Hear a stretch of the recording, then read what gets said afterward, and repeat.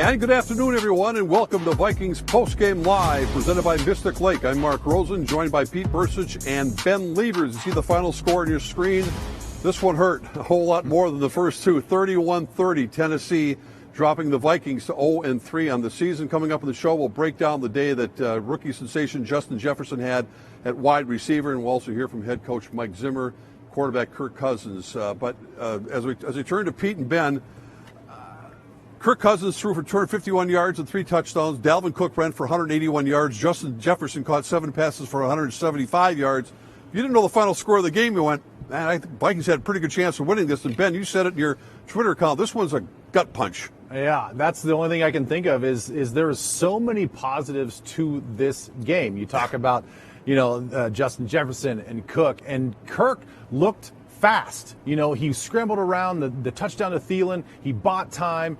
The offense did its part for the most part. Yeah. Defense, they had some improvements. They were getting after the line of scrimmage a little bit better. I thought I saw some improvement from the back end of the defense as well. So there's a lot of good things, but you still lose the game. So definitely a gut punch. And Pete Bercich, from the defensive side of the ball, you could tell that because the offense was doing things that they did not do in the first two games, possessing the ball more, getting some big strike plays, that the defense seemed to be more into the game and more energetic. But at sometimes, they still have a lot of youth out there. Well, and this is the second time in as many weeks as that the Vikings come up with a big interception deep in the red zone. So that's a momentum builder for this defense. It's just, unfortunately, it's kind of that bend but don't break, but we're breaking too much. We're giving up too many big plays, too many mistakes in the back end, and some of those mistakes being made by veterans who should know better. Yeah. And it's not necessarily the young guys. Holton Hill, he had a couple plays on him, but I think for the most part, guys like Chris Boyd and Jeff Gladney played pretty well. Correct me if I'm wrong. I remember watching Stephen Gostkowski the first couple of weeks. He couldn't make a field goal from 10 yards out. No, he was or an extra point. He was right? 7 of 12 going into this game and had missed a PAT attempt in every single game up until this point. It's like everyone who can, everyone who comes in this stadium can kick except for our guys. It's just amazing. I don't know. What are you going to do? 6 field goals, 51, 54, 55 yards. That was the difference in this game. As we take a look at some of the highlights, the Vikings did, as you guys mentioned, some have some explosive plays. A lot of fun to watch coming out today. Dalvin Cook got it all started, Ben. Yeah, he really did. Everybody was clamoring to get Dalvin Cook more involved in this offense and said, hey, this is a run-first operation, so let's see a run-first mentality, and he was spectacular. And then, like Pete was saying, you get the defense to bend, and then all of a sudden they get the interception. What impressed you most about the emergence of Justin Jefferson today, Pete? Well, I think that Cousins hit him on some timing routes like those out routes, and then also the 50-50 balls that he had. He had, the confidence to throw it down the field. There's Dalvin Cook. What a great run this was. He was just tearing him up, and it looked like he could do what he wanted. Facing Derrick Henry, and this is the play that really made it work. This is Jefferson's moment so far in the NFL. What a great block by Kyle Rudolph, C.J. Ham, and what a nice cutback at the end to make you just really kind of embarrass the Tennessee Titan defenders. And this is what we had. We hadn't seen this. This is a great execution, a great play, great blocking up front. This is what this offense can do, when they take care of business. An energetic, exciting young player that we're going to be watching for a long time to come.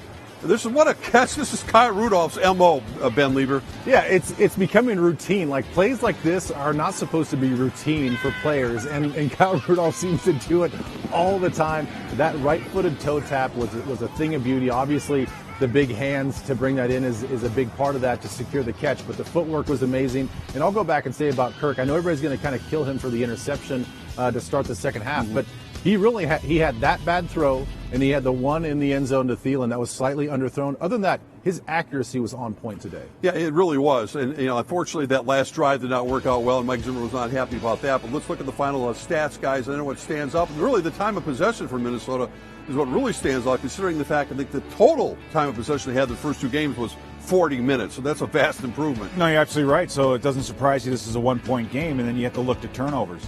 I mean, you had the Dalvin Cook fumble, which was really just him running into C.J. Ham. Right. So those are, and they didn't result necessarily in a ton of points for the Titans, but they were momentum killers for the Minnesota Vikings. We have to be on the plus side of that plus minus, and we haven't been yet this year. Yeah, the turnover one, Ben Leber, is always the one that's going to eventually kill you no matter what. The turnover ratio, look at the teams that succeed in the league over 16 games. The ones that end up with the best turnover ratio, like the Packers, I think for the most part, end up being on top of the standings. Yeah, and the thing is, like, for this game, when you look at it, it's a little misleading. That last, that third turnover was sort of the Hail Mary pass, so that really didn't matter. But the Dalvin Cook fumble, yes, they get 3 points out of it. The defense has to bow up. And then the interception, no points off of that one as well. So it looks bad on paper, and I know what you're saying, but for this game, to me, it really wasn't the reason why the Vikings lost. Explain to us, both you guys can chime in here, about Justin Jefferson. I'm sure it's a process to get a rookie, no matter what situation you're in, to get him into the game, flow of the game. Did they move him around a little bit more today? And was it just a matter of he's got more practice time under his belt and he just felt more comfortable out there? Yeah, I mean, I think that's part of it. What I did like watching all throughout the game was his ability to settle in zones. I mean, when he saw a zone, he would settle. When he saw a man, he would run. That got him open a number of times. And then also, Cousins knew pre-snap when he was going to go out, going to go outside. He did a great job, especially against Jonathan Joseph, who looked his age today. But he was definitely giving him fits. So the rapport between quarterback, receiver. One of the big catches he made was one of those patented 50-50 balls that he would throw up to Diggs that we saw all last year. Now I think he's got a little more confidence in Justin Jefferson. When Thielen's attracting a lot of the attention, now you have someone else that you can go to. From a defensive standpoint, Ben, maybe you can help break it down, because we'll take a look at Jefferson's touchdown here and what made this play work. Well, to me, it was all about the protection and just the setup of the run game. That's what we talk about. See how everybody, I know it was a run blitz, but everybody's rushing to the line of scrimmage, and you're going to hang those defensive backs out to dry. And when it's a straight speed, if you don't get any jam at the line of scrimmage and disrupt that route, then you're going to have plays like this. And the thing I talked about with Kirk, his accuracy, you had to throw to that spot to keep his momentum going that way. So that's the thing. Like, it's not just about the protection, not about the play design. You have to execute it from just the receiver and the quarterback. And again, Kirk did that. You know, he's the one that put him in that position to lead him out there, to allow him to catch the ball in full stride, and then he just made a move and got in the end zone. The one thing it's still a little baffling, Rudolph caught the one pass. The tight ends haven't really been all that involved. Irv Smith Jr. has been really quiet. He had a block in the back, which hurt them today as well. I think we keep expecting him to kind of emerge with the rest of this offense as well. Yeah, we do, but we have to get him, or he has to really be, as a tight end. He's not getting a lot of snaps in the red zone because that's Kyle Rudolph territory. It's kind of those 2-minute drills, or those hard passing situations, and we've been trying to stay out of those. We haven't been as efficient. He had an opportunity last week to catch a ball down the middle, had it in his hands. Good play by the DB, knocks it loose. So, this is not a shotgun 3-step, quick underneath option routes to the tight end like you see with Kansas City and Kelsey. I mean, this is not the offense that we're running. So it's a little frustrating for Irv Smith to see or not see Irv Smith Jr. more. Yes, but this is a running back, wide receiver, Justin Jefferson, Adam Thielen type kind of an offense. Getting back to Justin Jefferson, he became the first rookie wide receiver of the Vikings since Randy Moss to go over 100 yards in receiving. That guy I used to play with back in 1998. That guy's in the Hall of Fame. To get to over 100 yards in receiving yards in the first half of a football game for the Vikings. So let's hear from the young man himself, Justin Jefferson. Well, just to start it off, it doesn't matter how many, yards or catches or touchdowns I have. We still lost. We still have some things to fix and things to improve.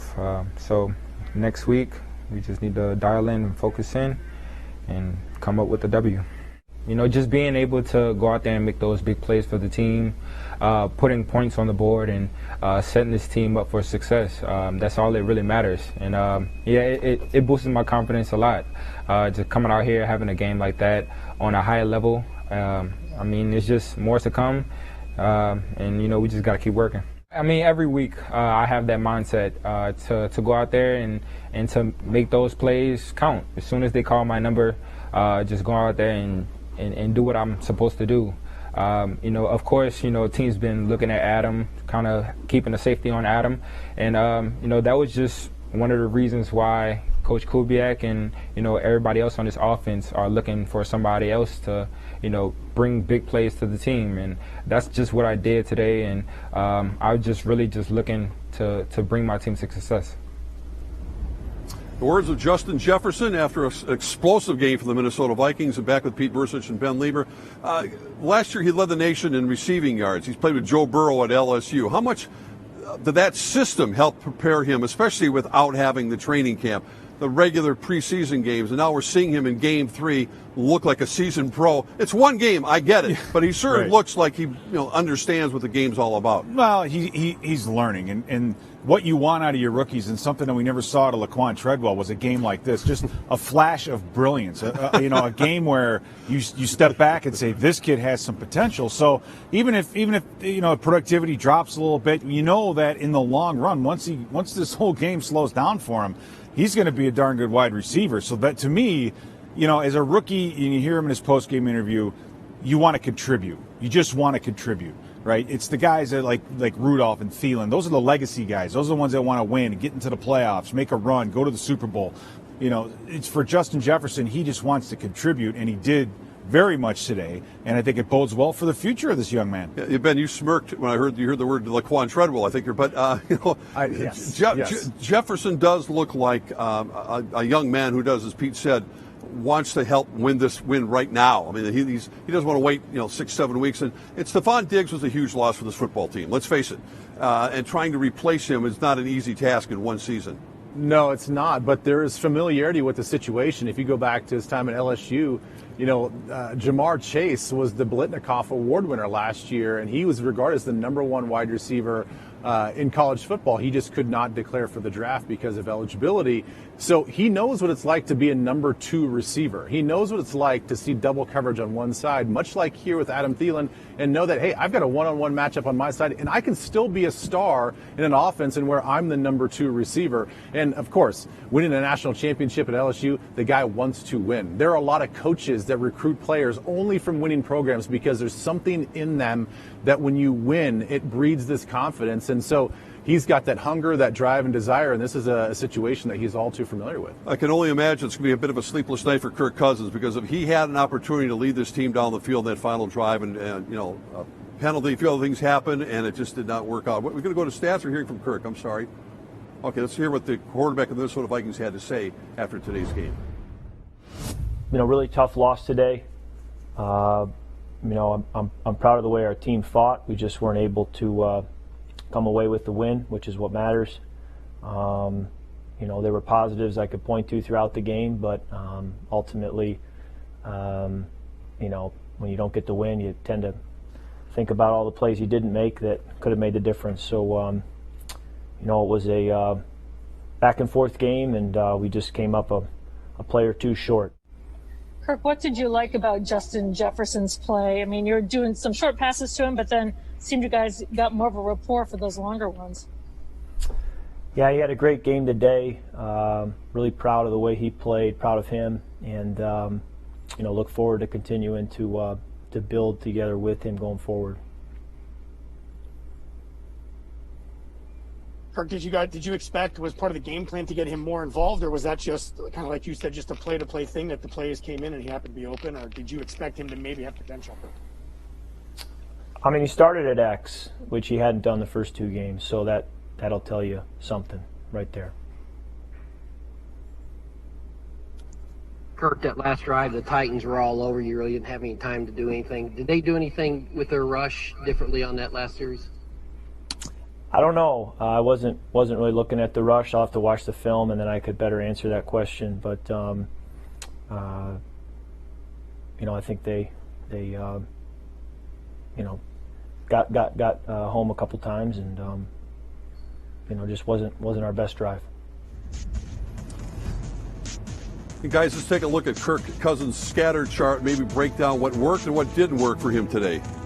Well, I look at those dots and I see that one gray one that's about 25 yards down the field on the left side, and that was a throw to Adam Thielen that he just underthrew it a little bit. And when the margin of error on a team like this is not much, you cannot afford to have any mistakes. Yeah, you made some good plays, but you have to also eliminate the mistakes. And so that throwing that interception in the beginning and in the start of the first drive, the start of the second half, that's kind of a momentum killer. They got a break on that one because there's a penalty. Absolutely, and so you need to be perfect, and it's just the expectation that you have to have. And for a guy like Cousins with the commensurate salary, that he should be. I don't think that's expecting too much out of him. He played better, but we need more. We need even more out of that guy. And the thing is, Ben Leber, on that last drive, they get the ball with 1:44 to go, and they get a roughing the passer call in Tennessee, so they go from the 25 to the 40. So they only need a field goal here to win the football game, and they don't have any timeouts, but it really shouldn't matter at that point. But they got an incomplete pass to Cook. Then you got that botched snap. I'm not quite sure what happened on that, but that's just inexcusable in a situation like that. That was Bradbury getting freight trained by Simmons the play before. Yeah, exactly. On the play before, it was Simmons who just walked him back into the lap, and that's why there was an incomplete pass on the check down to Cook. And then, that was probably in his head when I think he had Clowney line up to him, against him the next time. And that's really what this Titans team does. They just sort of beat you up through the course of the game and make you have to make plays when you're worn down, you're tired in the fourth quarter. And they just took advantage. And it's funny because people want to knock Kirk for that last drive. Right. What about that last drive was on Kirk Cousins? It was a player in your face incomplete pass, and then it was the botched snap, and then good luck trying to convert anything over 20 yards. So it's funny where I think people want to pick apart his game sometimes, and that to me, the end of that game to me looked like some sort of spoof football follies, if you would put it together, and not requisite of what an NFL team should look like on a final potential game-winning drive. Well, that was a comment that Mike Zimmer made as well, especially with all the veterans on offense that they have right now. He said he called the last possession a complete disaster, and that sort of summed it up. It was in every way, shape, and form, unfortunately. Let's go to the running back comparison, because we got two of the heavyweights. I mean, heavyweights out there today, with Derrick Henry in particular being the heavyweight, and of course Dalvin Cook for the Minnesota Vikings. And Henry just keeps plowing away at you. 26 carries, 119 yards. Look at the difference, not just in yards, but the average per carry because of what Dalvin Cook, his explosive runs here today. And Dalvin was much more versatile. He had a few receptions out of the backfield, so he does those things. He's so explosive, and he cuts and does some of those things so well, and he's so hard to bring down, especially when those safeties think they have him in a gap and he ends up bouncing it outside. And I think we saw really what both these guys are. Henry's just that guy. He's going to get 4, 5, 6, 7, 8. He's just going to pound you.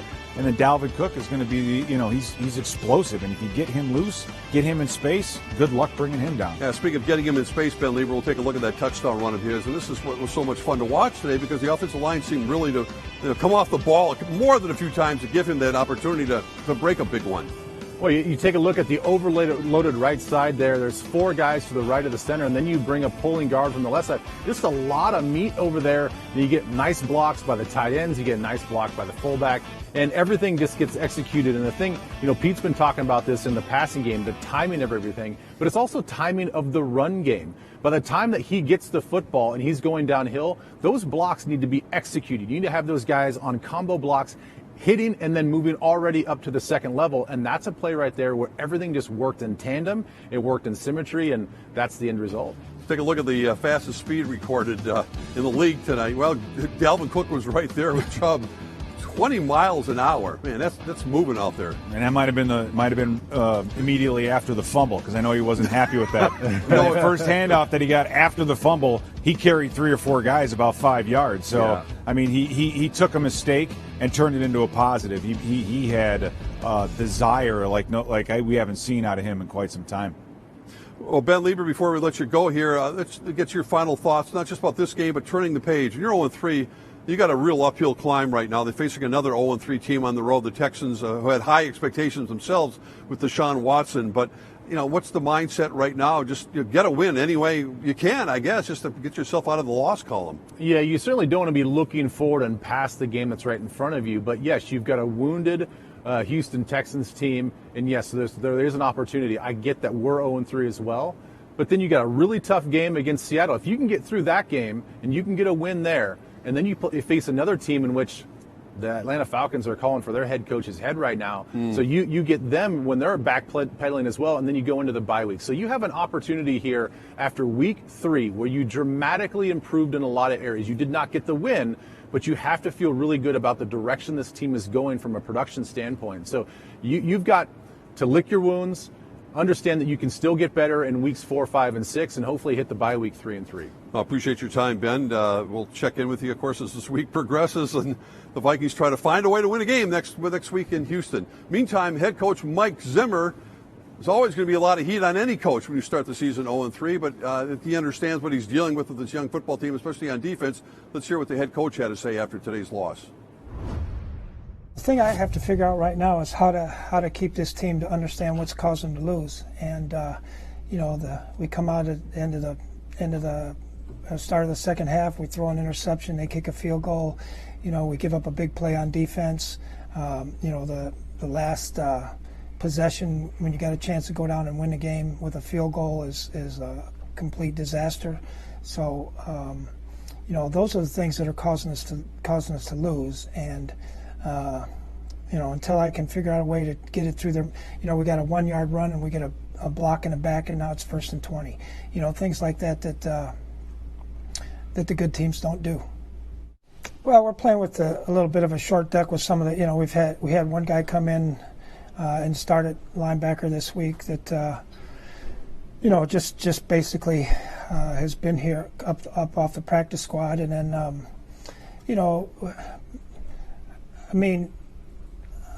I thought there was times we played really well today on defense, And but the big plays and we can't do that. You just can't do that. And sometimes guys try to make plays that they shouldn't be trying to make. I mean, actually the Harrison Smith made an unbelievable interception. He was a backside safety, but the front side safety should have been there.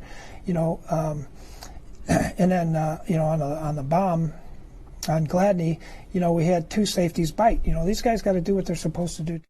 Mike, back to Justin Jefferson. You said that you really liked his game. It seemed that things were clicking and that maybe, the offense had overcome some of these issues. What did you like the most about his game? And what was surprising that the wheels did fall off then when they needed it right there at the end? Yeah, he had a good week of practice. He practiced well, caught a lot of balls this last week in practice. And so I think that carried over. I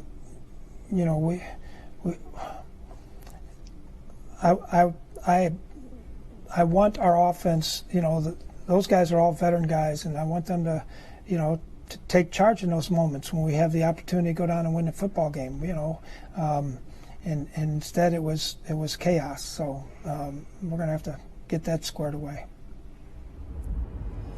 Those are the words that people will be hearing all week. It was chaos, Pete Bercich. I mean, I think every head coach, particularly Mike Zimmer, there always is, they like to call them teachable moments. Yeah. There's going to be a lot of teachable moments moving forward here with this football team because I think they know personnel-wise, and we don't know if it doesn't appear that Danielle Hunter is going to be back next week. That's what you're hearing right now. We'll see what happens. He's eligible to come off. He's got that apparently herniated disc in his neck. They've been dealing with some other absences as well, but they can't get those veteran pieces back, and they're going to rely on the same old song. They got to keep teaching. Yeah. Well, you come into this game fielding the third youngest defense in the NFL, and you have the backups of the young guys and Chris Boyd out there. And, right. And then you take a look at it, but then the plays that really got you were Holton Hill on a double move, and we talked about with one of the safeties on the big passing play.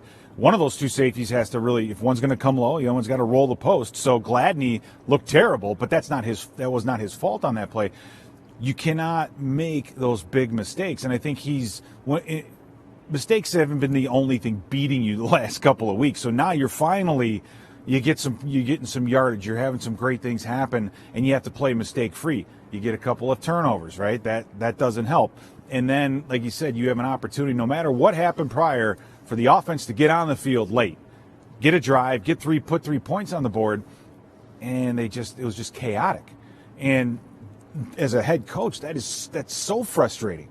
So frustrating because you battled all day long. You had some unbelievable individual efforts, and then you end it that way. It's very, very hard because you've come so far, and then yet you found a way to lose this game. And you didn't, way better than the last 2 weeks, but you're still not quite there yet. Speaking of finding ways to lose a game, let's check in with the Atlanta Falcons. They blew a 16-point lead in the fourth quarter. Nick Foles replaced the struggling Mitchell Trubisky. They have a quarterback controversy in Chicago, and they're 3-0. They rally as Foles threw 3 touchdown passes in the fourth quarter. A humiliating loss for Atlanta. Good thing the fans aren't in the stands for that one. 30-26. And wait, do I have to rub my eyes? The Kitties, the Motor City Kitties, are leading Arizona. That's a pretty good team. The Detroit manages, but they always find a way. They find a way. In the fourth quarter, speaking of losing, but Matthew Stafford's playing well. Kyle Murray, 17-13 as well. Tonight, big game with this one. I don't know what your thoughts about Aaron Rodgers against Drew Brees in New Orleans tonight. Could be a lot of points on the scoreboard of that one. Yeah, I mean, you have Devontae Adams out. You have a couple, Michael Thomas is out. Yeah. So you have some good wide receivers. So that second level of receiving core is going to have to go back at it. You're going to see, Drew Brees is still a good quarterback, but doesn't have the arm strength that he once had. And for the Packers, it's a big game. It's on the road. It's going to be closer than I thought, but I think New Orleans will still win by 40, 42 points. Really? You just love to say that because they're playing Green Bay. I do. Of course you do. Next week, the Vikings face Ryan Tannehill. Managed to do what he had to do today. Deshaun Watson, and they're very frustrated in Houston. They're 0-3. They're supposed to be a pretty good football team. Watson's got that ability to run and break down defenses. Is that going to be the number one chore now for this defense as they try to break down film looking ahead to try to find a way to win next Sunday. Yeah, that's going to be the tough thing because Tannehill is mobile, but he's not really a scrambling threat. Rivers a couple weeks ago, absolutely not. Now you have a quarterback who can pull that thing down and run with it. And in the past, guys like Russell Wilson, those are the guys that have given us problems. So you for the next couple weeks, you're going to be facing some mobile quarterbacks. You're going to have to figure out a way to keep those guys in the pocket, whether it's a 3-3-5 on the nickel situation, whatever it is that you have to do. You're going to have to figure that out. There's new challenges every single week. But Houston, again, they're on the bad side of three games as well. So we'll have to take a really close look and see what they're doing down there to get themselves 0-3. In a perfect world, the Vikings would love to get a couple bodies back. They didn't appear to lose any today, at least nothing on the surface. Dalvin Cook limped a little bit, but he came back in the game. So health is a huge issue as well because they got a long ways to go in this. You really do. I mean, and that's one of the things. If you look back historically, since 1990, the Vikings every year with which they started 0-3, which has been 3 previous seasons, this will be the 4th. They haven't made the playoffs. Mm-hmm. This is a completely different year. You have extra teams in the playoffs, number one, but number two, with the injuries and with the COVID and the no preseason and all the points that are being scored. I mean, this is just a different season. So you can't write them off yet. I mean, if they continue to improve at the rate with which they've improved the last couple of weeks, we may have something. As Mike Tice once famously said, enjoy the season. That's what we can do. Let's look ahead to our Vikings programming. Tuesday night, Vikings replay at 10 o'clock on Fox 9+. Wednesday, Under Center with Kirk Cousins with yours truly. 8 p.m. Fox 9+, 11:35 p.m. on Fox 9. Then Vikings replay. Want to catch that show? Director's Cut, 10:35 p.m. on Fox 9. And Thursday, Vikings Live, 6 p.m. Fox 9 as well. And then Vikings Connected on Friday night. Saturday, Vikings Game Plan, 10 o'clock. And then Sunday, leading up to the game in Houston, Vikings Game Day Live here right here at 10 a.m. on Fox 9. And then Vikings Postgame on Vikings.com, of course, which we present here every Sunday.